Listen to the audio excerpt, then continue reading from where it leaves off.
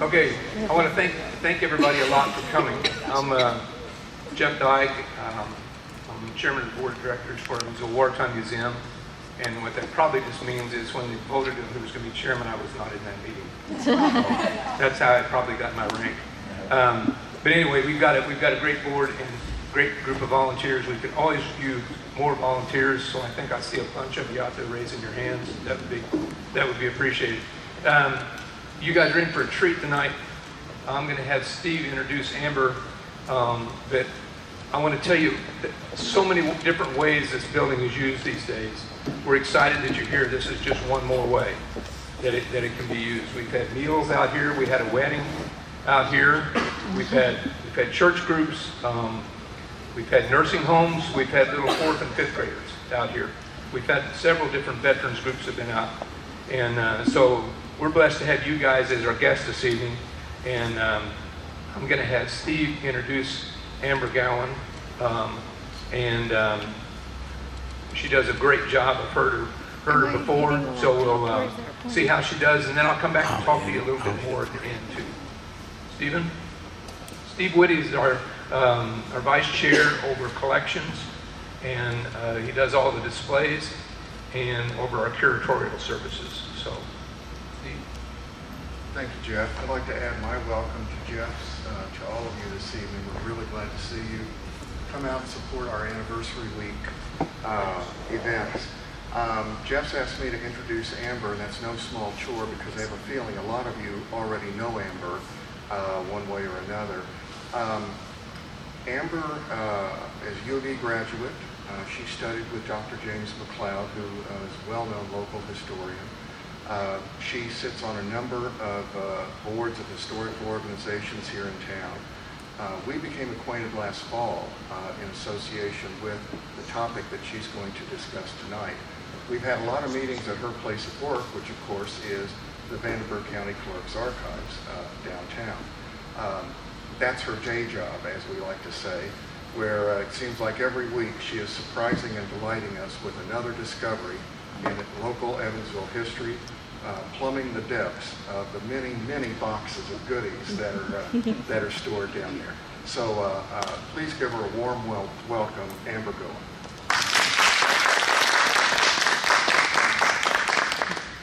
Thanks to everybody for coming out. This is a project that we're very much excited to share. May is Preservation Month, so that works out very well. It's also our bicentennial for Vanderburgh County, and it's World War I centennial celebrations for this year as well. So this project is perfect timing to discover and tell the stories of the women who served in World War I from Evansville.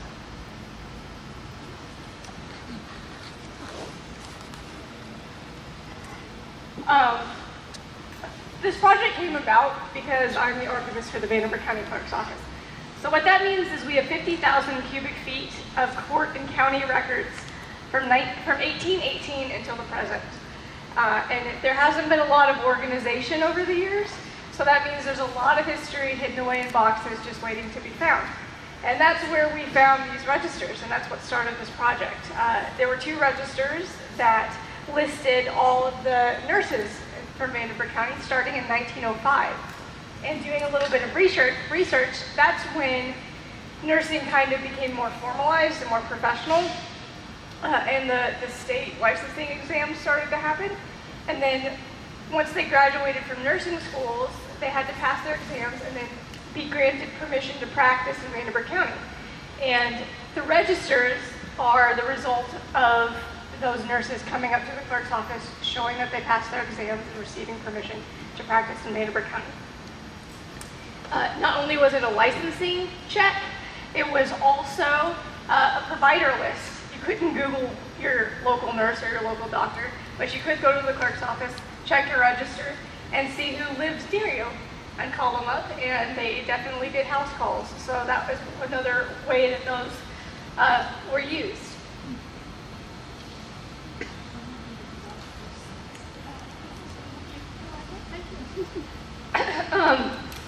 The second thing that we found inside the box delighted me because it said World War I Veterans Register on the outside. And I was like, well, that's interesting, that's cool. Had to open it up, was looking at the names, recognized a few of the more famous veterans from World War I from Vanderburgh County, and they were all male, and it was about what I was expecting. But in the very back, there's this little pamphlet, and it says female veterans or women veterans of World War I. And that piqued my interest. I said, I have to know everything, and I have to know it right now. And that's really where this project was born. When we decided that we were going to figure out who every one of these women were and what their story was. Just you can decide, I think. To give you a little bit of background on Evansville in April of 1917, it was definitely a period of social change. Women were taking over for men in factories and other businesses. We really associate that with World War II, but the roots of women working jobs where men were away at war really starts in World War I. Women would register for war work, or what they called a patriotic war work register, and then you were assigned a job. You didn't get to pick. They just decided where your skill set was needed. The women in both of these pictures were working at Bucyrus Fury on the factory floor. They just took over the men's jobs. Nothing was altered, nothing was changed. And what I find interesting is there are reports from the foreman that he actually preferred working with women because he said that they gossiped less. So he actually said he wanted them to stay after the war. But then they were also working as bank tellers and cashiers and elevator operators and registrars. The teachers at Central High School in the summer, for 2 summers in a row, would go up to Indianapolis and work in the ammunition factories. So all of those things are happening. Women are in general going out to the workforce more. And you've got your fashion changes, partially because women had to work. So there's a lovely editorial opinion on the opinion page of the Courier where a couple of gentlemen are very upset that women have taken to wearing pants on Main Street as they go to their jobs. So it's quite hilarious look at sort of the cultural norms that are in shift in this period.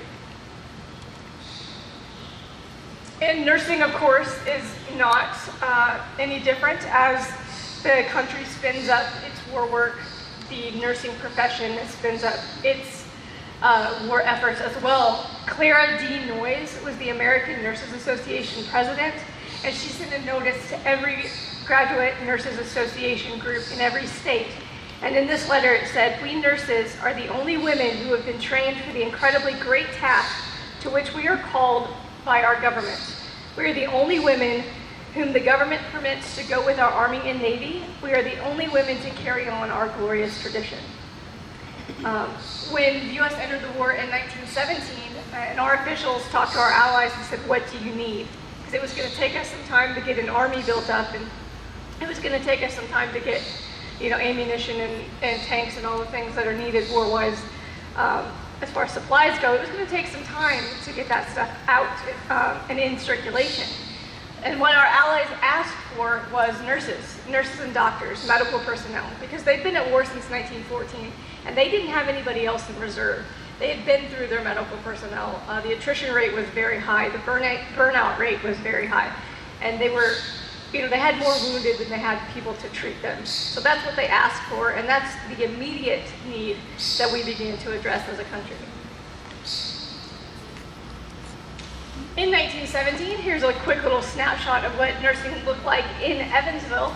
The county had 112 trained nurses who worked in the hospital and also worked as private duty nurses with doctors in town, and they covered all of the needs for the entire county. They had to go to a nursing school. They had to pass their state examination, and then they got their job from there, depending on which area of nursing they wanted to focus on, be it private nursing or public health or tuberculosis, things like that. Most were single. Most were lower middle class, although we did have some upper class women who took up nursing. And most were single with no children. The 6 hospitals or medical facilities that were turning out graduate nurses at that time were St. Mary's, Deaconess, Walker Hospital, which became Wilburn, Gilbert, Hayden, and Crescent Sanitariums. So, Allie Butler was a local leader. She was the president of the Indiana Nurses Association at one time, and also served as the president of our local Nurses Association. She enlisted in the U.S. Navy right after the U.S. declared war, and actually the Army put her in charge of the recruitment effort, so she couldn't join the Navy until she finished her work with the Army. And they gave her the task of doing 2 recruitment drives for nurses. Nurses in Vanderburgh County went to war in 3 waves. The first wave were the more senior, experienced nurses who volunteered. They didn't wait to be called. They didn't wait to see what Vanderburgh County's quota was as assigned by the government. They just went. Some of them already had connections to Europe or connections to other hospitals around the country who were already sending people. And so they just took advantage of those and kind of mobilized themselves. The second wave went with the first quota that was given to Vanderburgh County. 22 nurses was our original total that we were supposed to send. In 1917, the Army had 403 nurses in the entire Army. By the end of 1919, that number had grown to 22,000. And the quota for Vanderburgh County was raised to 40, and in total we sent 60 nurses, up to as many as 74. There's 14 that are still unconfirmed. But out of 112, 60 to 74 is what Vanderburgh County sent. So if you're a local government official, that's when you start to be concerned, because someone still has to treat your medical needs here at home. So they reached out, our mayor and our county council and our city council reached out to the federal government and said, can you not take any more of our people? We need someone to treat our patients locally. And that was the start of student nursing programs that came out of high schools. So Allie had to stick around for one more drive while she had to recruit 15, 16, and 17-year-olds out of high schools who were given kind of the quick and dirty training on how to be a nurse and how to treat basic medical needs. And then they took over as the women were leaving to go to war. So and then the last group of women that mobilized out of Evansville were the Daughters of Charity out of St. Mary's. They were nuns, and those sisters were the only nuns to serve in the European theater.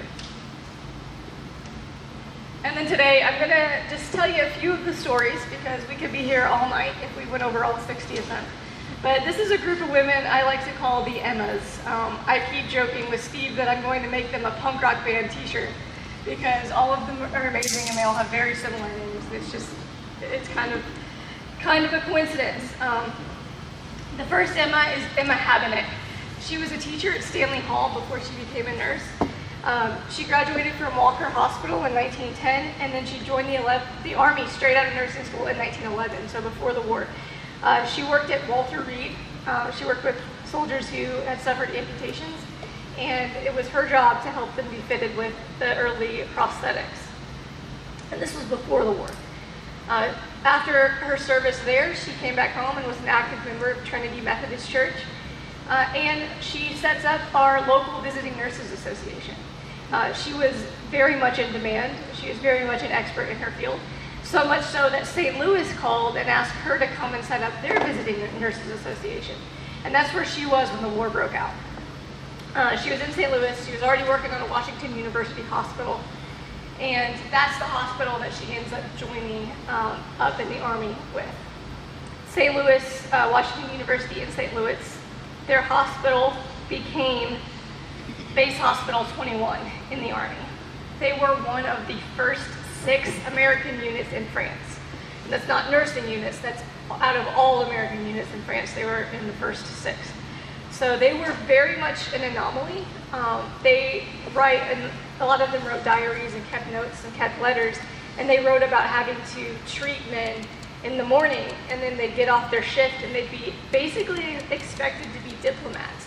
They would have generals and politicians and leaders in France coming to them asking to take them out to dinner, or take them here, take them to a theater show, because they were the first Americans. They were the representatives of America in France, and they were expected to act as such. So they weren't allowed to turn down those invitations. And they talked a lot about how difficult of an adjustment that was to make as far as mental space of having to treat these terrible war injuries and then turn around and be happy and be a diplomatic representative, hours later. Funny thing is, she almost didn't make it to France because she was accused of being a spy for Germany. There was a secretary at the doctor's office that she worked in who they had a little bit of a feud. So as a way to get even, that secretary reported her to the federal government as a spy. And they sent an investigator, they did the whole process, and the actual claim was that this secretary overheard on a joint telephone line Emma tell another person that she supported the Kaiser. So the investigator decided that's a specious claim, there's nothing to that. Plus, they already knew Emma, she'd already been in the Army. She'd already been through all of the things that you have to do. So they kind of turned that around in less than a month, and she was cleared and off to France she went. A little note in his report is quite interesting. He chalked the whole thing up to jealousy and also resentment between West Side Germans. So there's not a lot else he writes there, but I have questions. I'm like, I want to know what he was told and what he learned while he was here. That's a really interesting little nugget to find in a federal document.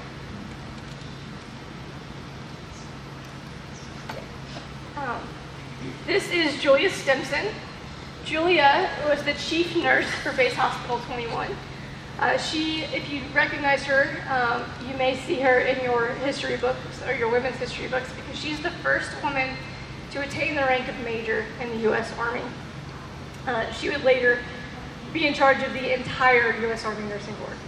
But she starts here, she starts in Base Hospital 21, and she starts as the direct supervisor of our Emma Habeneck.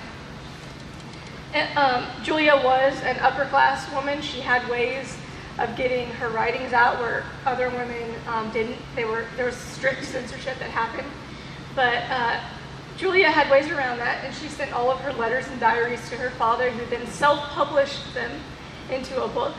It's called Finding Themselves, and it covers her entire time in the war and all of her letters and notes and journal entries. And she mentions in that book our Emma Habeneck, and she says that Emma was the day medical supervisor and that the place was so big and there are so many tents to be covered that we have to have a supervisor for the medical side and a separate one for the surgical side, both day and night.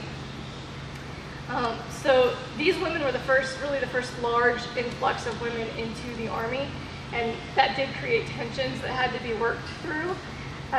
Our nurses, the Army took over basically the Red Cross nurses, and they were expected to follow regulations of the Army. They were expected to wear the uniforms of the Army, and they were expected to go where the Army sent them, but they didn't receive rank in the Army because there was controversy over whether or not women should serve or could serve.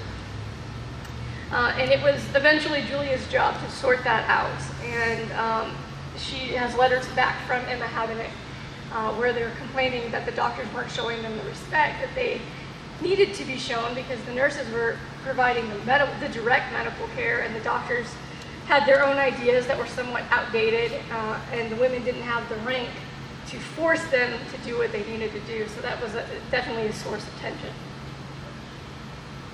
This is Base Hospital 21 in Rouen, France. It was located on a race course for the Grand Prix, quite famous. They still ran Grand Prix races on it until the late 70s, but they turned the entire complex, grandstands and all, into a hospital. It was so large there were actually 5 hospitals. There were hospitals for Japanese soldiers, soldiers from New Zealand, soldiers from Great Britain, and soldiers from Australia. So it was a multicultural melting pot of medical care there.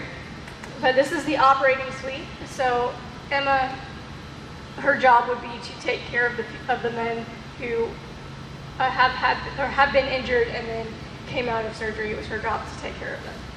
These operating suites, 6 operations would go on at once.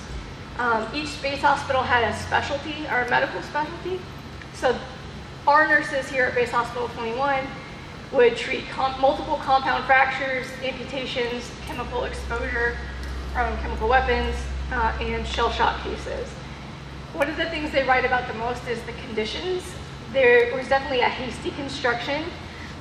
They talk about the roof coming off in a strong wind in a storm, so they'd have to cover the patient so the water and kind of the dust didn't fall down on them. There was no heat. They had to sterilize their instruments with a small camping stove and then constantly keep it moving or the water would freeze. And then some of the floors were dirt. Certainly the dirt floors were in their living quarters, so there was no heat. There was just thin little hastily constructed plywood walls. And they were also a target for artillery and air raids. But their biggest complaint was that things weren't sterile. They were more concerned than anything else about the safety of their patients. And if doing all of that wasn't enough, you were expected at the end of your day to entertain the soldiers. You were in charge of morale. So this photo is a circus the women put on, and they did a maypole dance.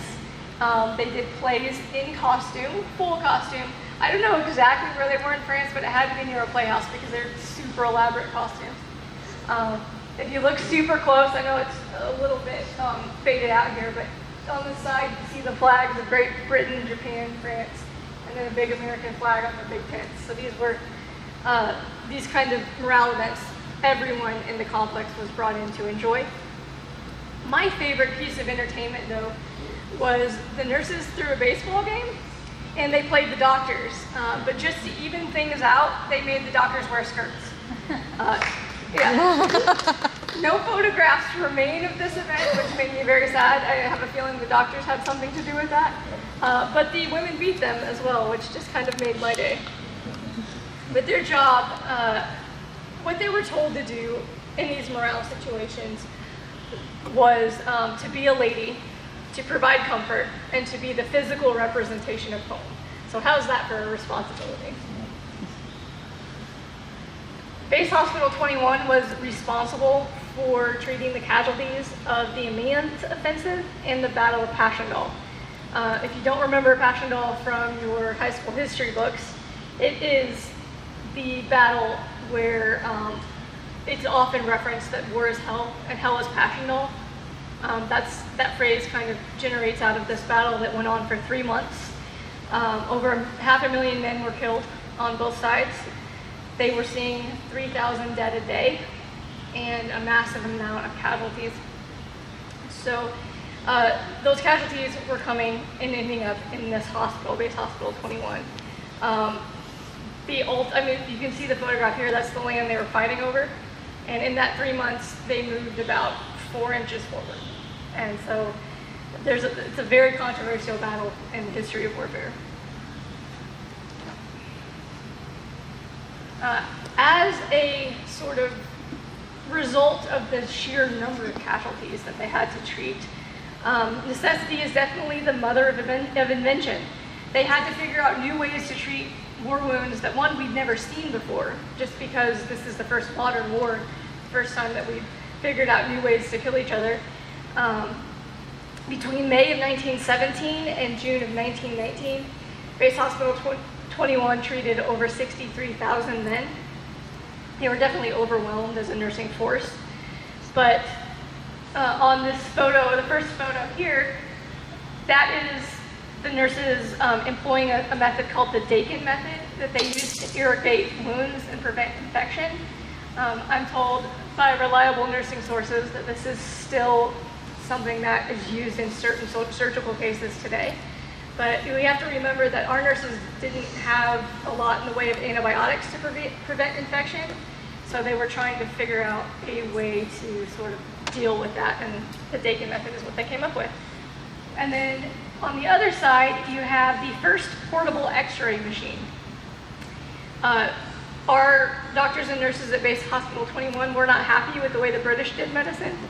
When a soldier was wounded and came to the hospital, they would kind of give him a bath and send them over to a bed and let them sit all night, and then in the morning they would start treating their wounds.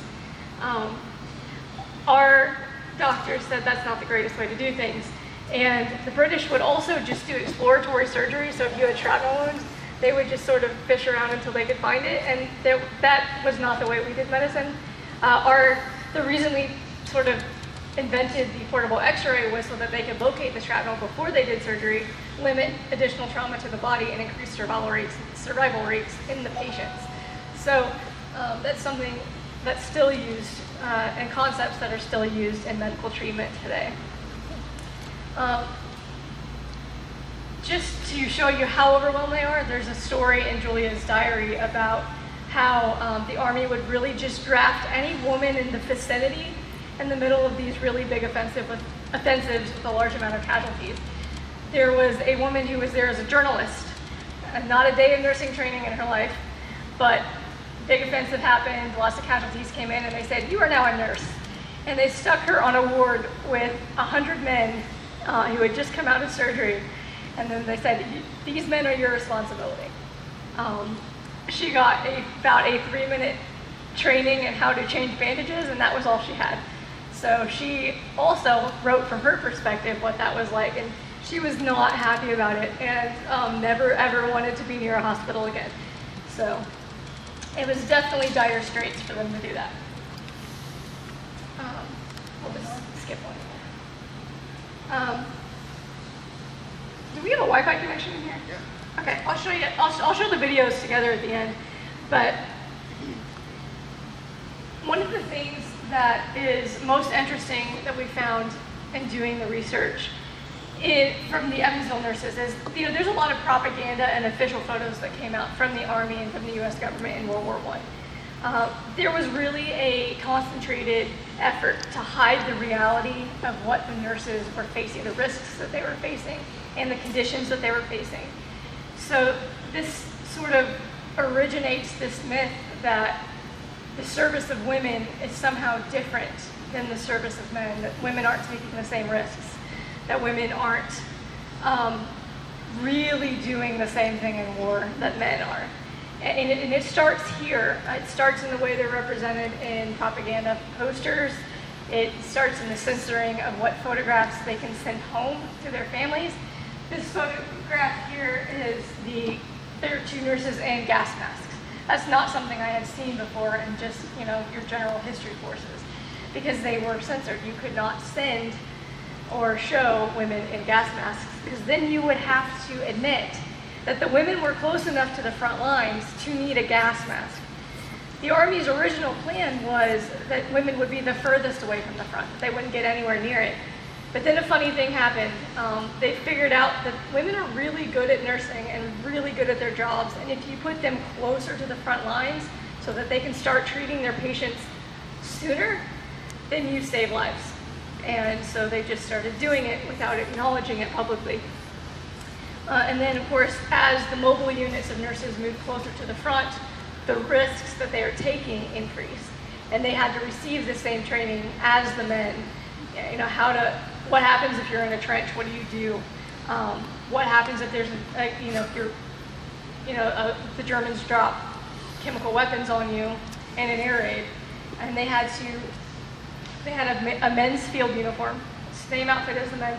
They had a gas mask issued to them, same as the men did, and then they had to learn to put it on in 6 seconds, because some of the gases, some of the chemical weapons that were used, they could kill you in 3 breaths. So you had to be able to identify it by smell.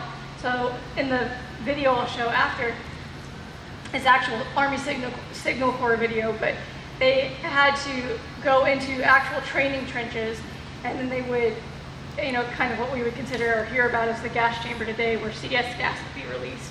They had to do that first, and then they learned how to secure their mask and make sure their seal was tight.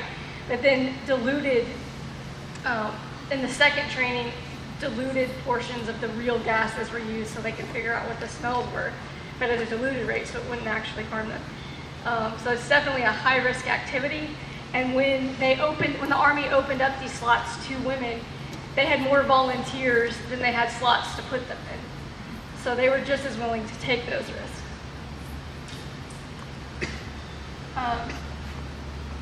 And then can you go back one more? Go backwards. Okay. And then just one more quick second. The risks that they were taking were very, very real, and they knew it because they had to treat the chemical weapons patients at their hospitals. So this gentleman here had been exposed to mustard gas. and the treatment methods that they used to treat his injuries, we can still see those methods being used today in Syria, because a lot of the chemical weapons that are deployed in Syria today are very similar to the chemical compounds that were being issued or dropped from the air in World War I. And we have our second Emma, Miss Emma Hamm. They're all my favorite, but Emma Hamm is kind of my favorite. She was a Spitfire. She was from the Cumberland Mountains. She was a self-described mountain girl, and she didn't have any schooling until the age of 19, when she decided she didn't want to be a mountain girl anymore, and she wanted to do something else with her life. So she had to go through elementary school, high school, she had to do the whole process, and then she was admitted to Waverly Hills College in Kentucky, where she did her nursing training, and then she went back and joined the Red Cross to do medical missions in Appalachia for a year. And then she came to Evansville, where she was a district health nurse for us. So what that means is it was her job to identify tuberculosis cases and refer them to Bany Camp Hospital. So she mostly worked in inner city areas and in rural poor areas. She was one of the first women in the United States to join the Navy when they were allowed to do so. She had copies of the Washington Post and the New York Times sent to her house. So she was reading that newspaper every day. And when the Secretary of the Navy said, okay, we're going to allow women to enlist, she took that newspaper and marched herself down to the home of the recruiter, knocked on his door and said, you have to let me in the Navy. And he said, I can't let you in the Navy, you're a woman. And she said, no, I can now. And he said, I don't have any orders to that. And she pulls out the newspaper, shows him the order and says, you have to let me in the Navy.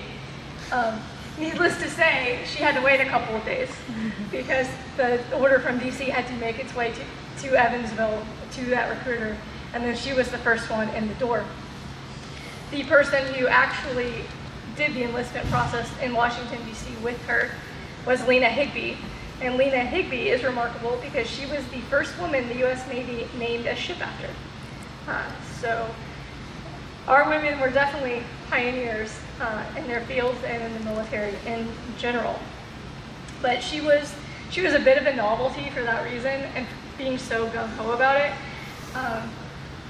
She was in the press a lot because they wanted to know, why do you want to join the Navy? Why do you want to go to war? And her replies were always very similar. She said that she was willing to risk her life as much as the sailors, and that she would like to be where the fighting is the thickest. So her official request was to be stationed on a battleship.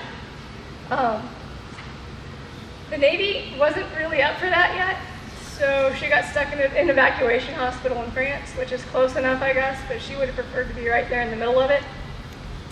And one of the best quotes that she has when they said, well, what are you going to do? How are you going to take care of yourself, in the middle of this battlefield? And she said, I could take care of myself when I was a helpless girl. I can take care of myself now. And yeah, that quote's gonna come back in a little bit, so keep that one in mind. And then we have Miss Emma Hill. She served in Siberia, because I actually learned something new in doing this research. We fought Russians in Siberia in World War I. We actually fought them until 1920, which was after the formal end of the war. She was one of only 26 nurses to serve in Siberia. Only 8,800 U.S. troops served in Siberia at all, so she was definitely part of an elite group. She was hand-chosen to be a part of this group, and she was actually diverted from France to be sent. U.S. troops were sent there to kind of shore up forces because there were German POWs, and there was a Bolshevik revolution, say that 3 times fast, happening at the same time. And so U.S. forces were trying to kind of quell that and make sure the Germans didn't get a foothold in Russia, since Russia had sort of formed their own peace treaty before the rest of the Allies.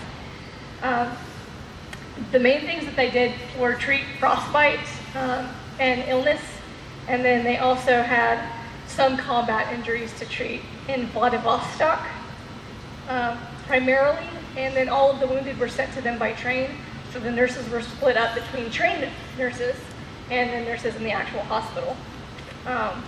So their complaints, much like the rest of our nurses, were that it was very unsanitary and they weren't thrilled with what they had to work with. And then we have Miss Emma Byrne. She was known in town as the Sunshine Nurse.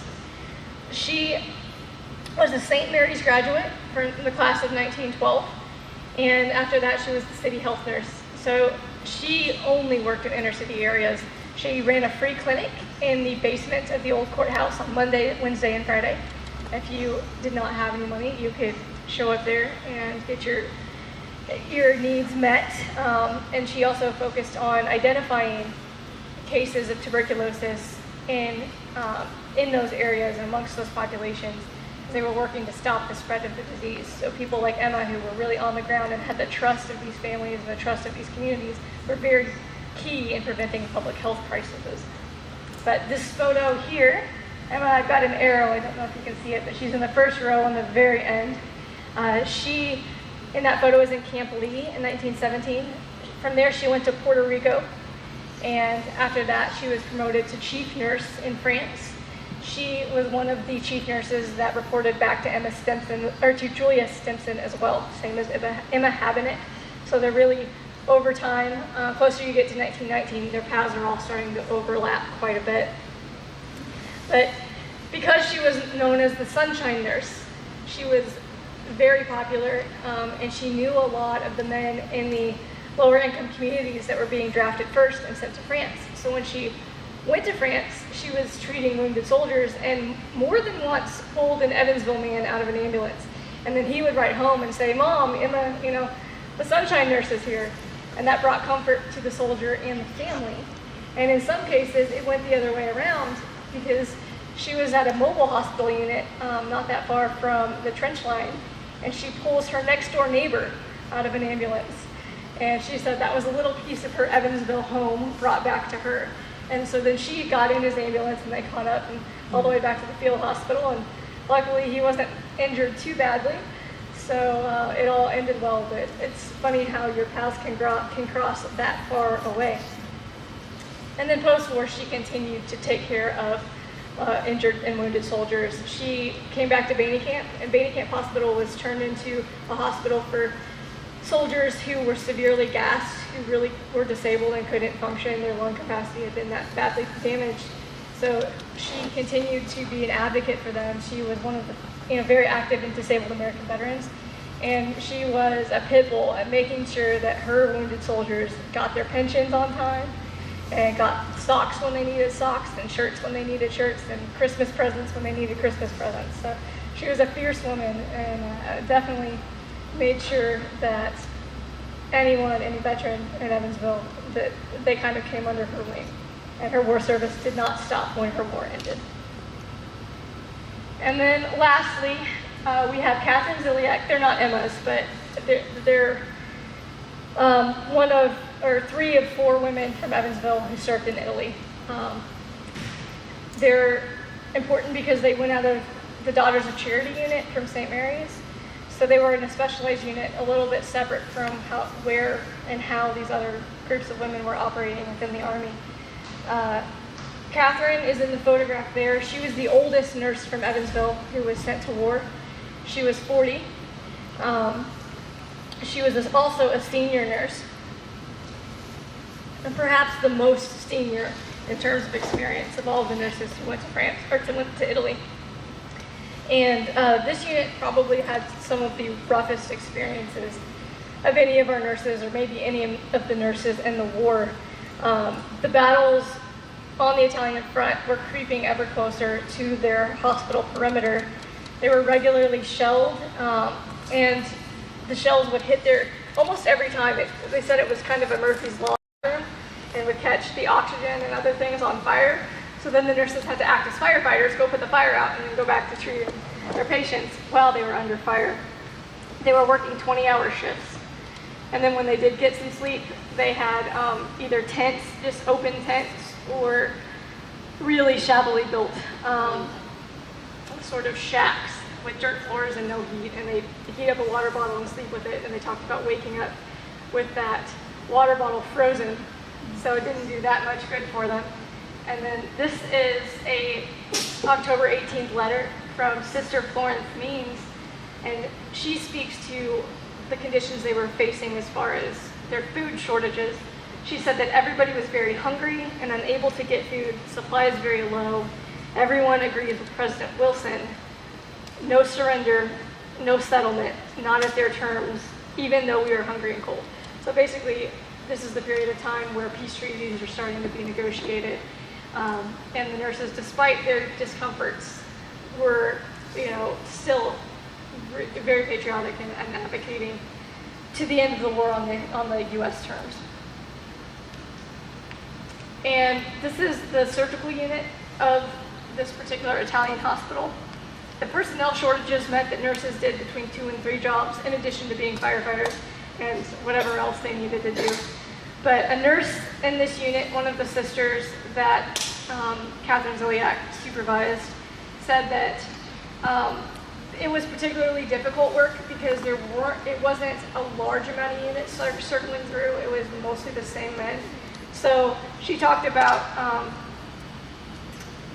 one problem, or one difficult fact was that they would have to kind of receive a man in the emergency area, treat his wounds, and then maybe he'd take a turn overnight, and she'd hold his hand. There's this one particular soldier who was 20 years old that really stuck with her. She held his hand and talked to him about his mother, and he passed away. And then there weren't enough people to do grave registration duties, so she then had to help bury him and then go back to nursing. So they had very unique experiences that they often didn't get credit for. This is from the scrapbook of these nurses in this Loyola unit. You can see how close the firing line got, close enough for them to take this photo. And then their mobile casualty collection points really at that point weren't that mobile because they just moved the ambulance up about 50 feet and took them back to the hospital. And then this is another scrapbook photograph from one of the hospital wards that was hit. They did suffer intense shelling, and one of the things that we don't see reported or talked about in our history books is that these women were not any different from the men who served. They suffered post-traumatic stress, what we would call post-traumatic stress, or shell shock, or both, because there's some evidence now that shell shock was somewhat of a separate ailment. But Ophelia Gomez, she was actually sent home before the other women because her post-traumatic stress symptoms were so bad.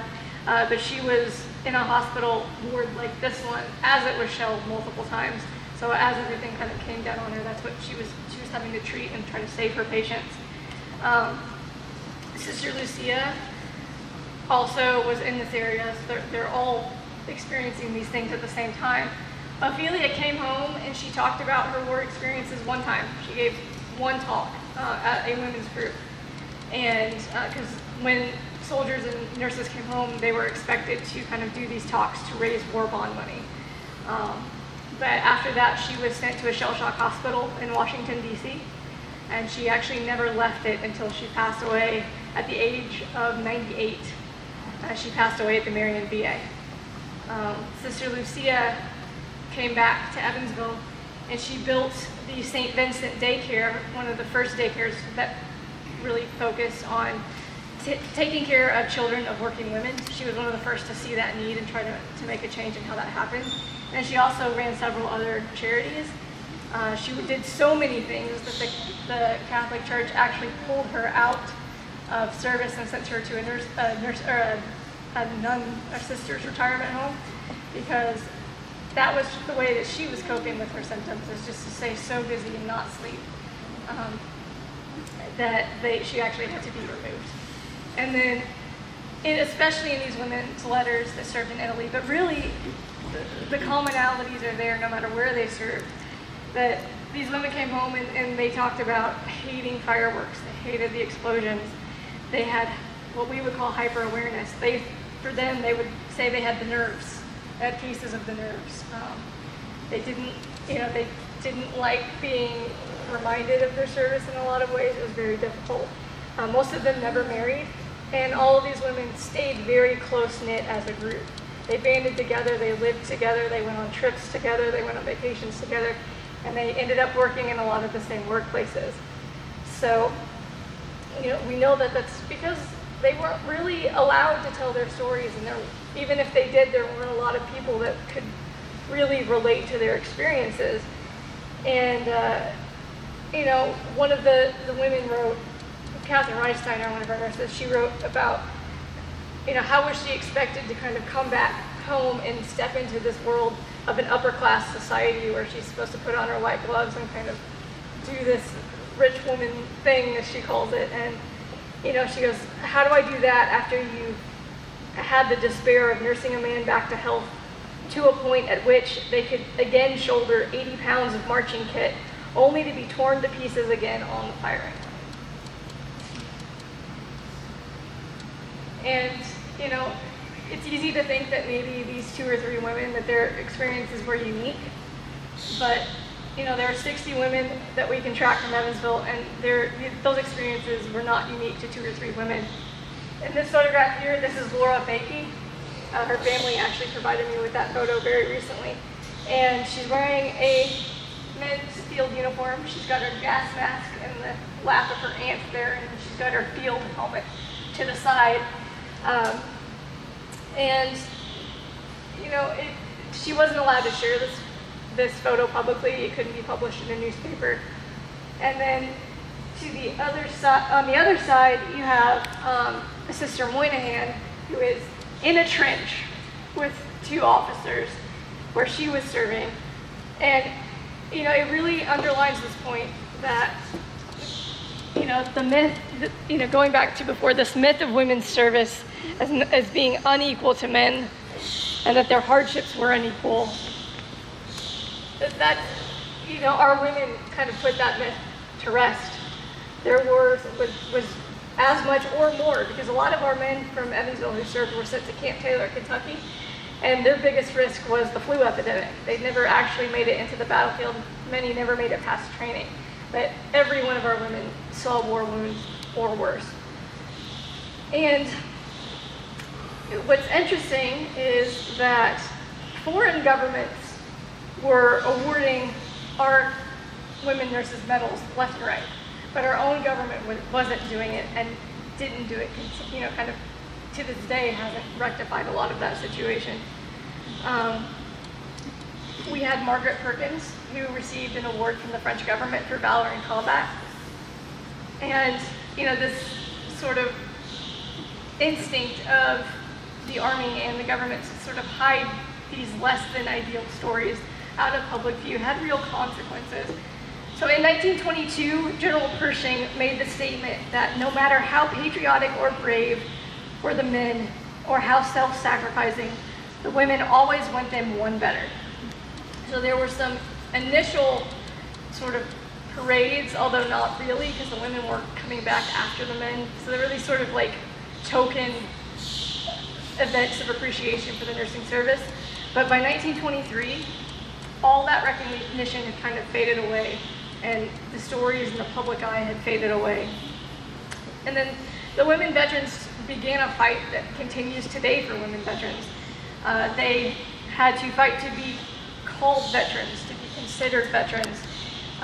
They had to go to Congress so that they could be treated for shell shock, because they weren't eligible initially for health care from the government related to their war service. And as 1923, 1924, 1925, 1926 go on, the real sort of long-term damages of war start to be seen. Women who served as nurses often had hearing loss because of the shelling. They were exposed to gas in the same way that men were, so they had sort of the decreased lung capacity in the same way that men did. And then shell shock and post-traumatic stress, they were dealing with those issues as well, but they had a medical system that was completely unprepared to treat those injuries, and wasn't even prepared to acknowledge that they had suffered them in the manner that they had suffered. So, you women vets, if this sounds familiar, you can stop me anytime, but this is something that continues and something that they're still fighting. But a lot of our women who some died very young and some lived long and full lives, but some of the women who lived long and full lives were still fighting to be buried under the flag as a veteran in 1946, 1956, 1966. It took them that long for Congress to pass legislation that would allow them to be buried as a veteran.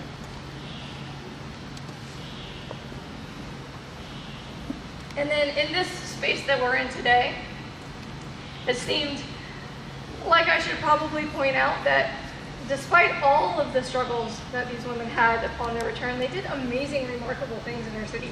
I mean, they built the healthcare infrastructure that we have in Evansville today. They built the philanthropic infrastructure that we have in Evansville today. St. Vincent Daycare is still open and still providing daycare for women who work. So their legacies are long. They wrote of these dreams that they would have at night, where the boys with missing limbs would revisit them in their dreams. But then they'd get up in the morning and they would really work to reform the prison system, and they worked to reform foster care system. And then some of them went back on Red Cross missions to do war refugee work. And one of our nurses even adopted an orphan from the Assyrian genocide. So they continued their service to the state, to the county, to the nation, despite the struggles that they had from their wartime service. And then when war broke out again in World War II, they stepped back up to the plate, and then they were, instead of being the recipients of the bandages other women were making in these Red Cross, facilities and high schools and homes, they were the ones that organized the bandage drives and the bond drives and